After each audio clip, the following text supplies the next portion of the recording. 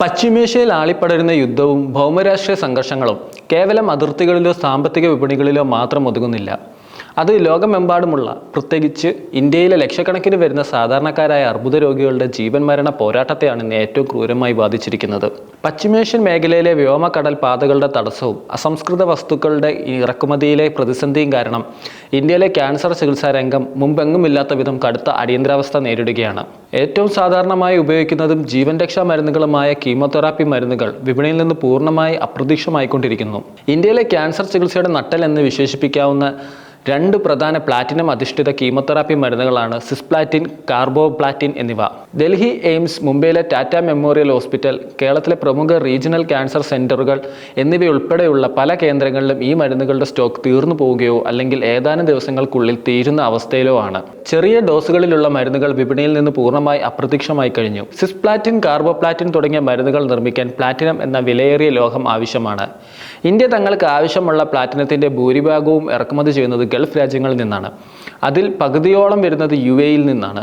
പശ്ചിമേഷ്യയിൽ ഇറാനും US-ഉം ഇസ്രായേലും ഉൾപ്പെടുന്ന സംഘർഷങ്ങൾ രൂക്ഷമായതോടെ ലോകത്തിലെ ഏറ്റവും പ്രധാനപ്പെട്ട കടൽപ്പാതയായ ഹോർമുസ് കടലിടുക്ക് വലിയ സുരക്ഷാ ഭീഷണിയിലാണ്. ഈ ഭൗമരാഷ്ട്രീയ അനിശ്ചിതാവസ്ഥ കാരണം രാജ്യാന്തര വിപണിയിൽ പ്ലാറ്റിനത്തിന്റെ വില കുതിച്ചുയർന്നു. മുൻ വർഷങ്ങളിൽ ഗ്രാമിന് 2700-നും 3800-നും ഇടയിൽ വ്യാപാരം നടന്നിരുന്ന പ്ലാറ്റിനത്തിന്റെ വില റെക്കോർഡ് വേഗത്തിലാണ് വർദ്ധിച്ചത്.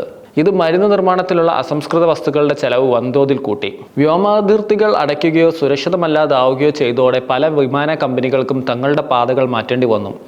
ദുബായ്, ദോഹ തുടങ്ങിയ പ്രധാന ട്രാൻസിറ്റ് ഹബ്ബുകൾ ഒഴിവാക്കി ചരക്കുകൾ ചൈനയോ സിംഗപ്പൂരോ വഴി തിരിച്ചുവിടേണ്ടി വരുന്നു. ഇത് യാത്രാ സമയവും ഇന്ധന ചെലവും ഇരട്ടിയാക്കി.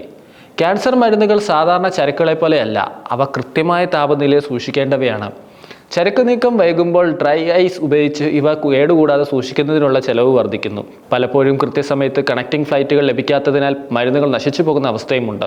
മരുന്നിന്റെ ചേരുവകൾ മാത്രമല്ല, അവ സൂക്ഷിക്കുന്നതിനുള്ള ചെറിയ ഗ്ലാസ് കുപ്പികൾ, അവയുടെ റബ്ബർ സ്റ്റോപ്പറുകൾ, IV ബാഗുകൾക്ക് ആവശ്യമായ പ്രത്യേക പ്ലാസ്റ്റിക്കുകൾ എന്നിവയുടെ വിതരണവും ഈ ആഗോള ലോജിസ്റ്റിക്സ് പ്രതിസന്ധിയിൽപ്പെട്ട് തടസ്സപ്പെട്ടിരിക്കുകയാണ്. അസംസ്കൃത വസ്തുക്കളുടെ വില കൂടിയാലും ഇന്ത്യയിൽ ഈ മരുന്നുകളുടെ ഉൽപ്പാദനം പെട്ടെന്ന് കൂട്ടാൻ സാധിക്കാത്തതിന് പിന്നിൽ ഒരു ആഭ്യന്തര സാമ്പത്തിക കാരണവുമുണ്ട്. ഇന്ത്യയിൽ സാധാരണക്കാർക്ക് മരുന്ന് താങ്ങാനാവുന്ന വിലയിൽ ലഭ്യമാക്കാൻ ഗവൺമെന്റ് ഏർപ്പെടുത്തിയിട്ടുള്ള സംവിധാനമാണ് ഡ്രഗ് പ്രൈസിംഗ് കൺട്രോൾ ഓർഡർ. സിസ്പ്ലാറ്റിനും കാർബോപ്ലാറ്റിനും ആവശ്യ മരുന്നുകളുടെ പട്ടികയിൽ ഉള്ളതിനാൽ അവയുടെ പരമാവധി വില നിശ്ചയിക്കുന്നത് ഗവൺമെന്റാണ്. അർബുദ ചികിത്സയിൽ ഏറ്റവും പ്രധാനം കൃത്യസമയത്തുള്ള കീമോതെറാപ്പി സൈക്കിളുകളാണ്. 3 ആഴ്ചയിൽ ഒരിക്കൽ അല്ലെങ്കിൽ കൃത്യമായ ഇടവേളകളിൽ ചെയ്യേണ്ട കീമോ മരുന്നുകൾ ഇല്ലാത്തതിനാൽ ആശുപത്രികൾക്ക് മാറ്റിവെക്കേണ്ടി വരുന്നു.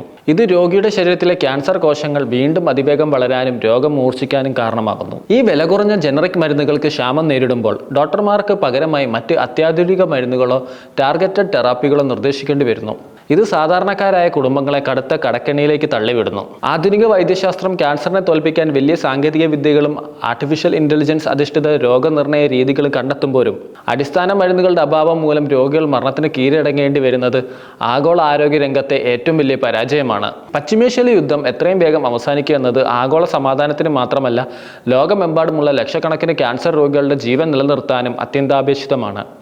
ഗവൺമെന്റും ഫാർമസ്യൂട്ടിക്കൽ മേഖലയും യുദ്ധകാല അടിസ്ഥാനത്തിൽ ഇടപെട്ടില്ലെങ്കിൽ ഈ മരുന്ന് ക്ഷാമം ഇന്ത്യയിൽ വലിയൊരു ആരോഗ്യ ദുരന്തമായി മാറുമെന്നതിൽ സംശയമില്ല.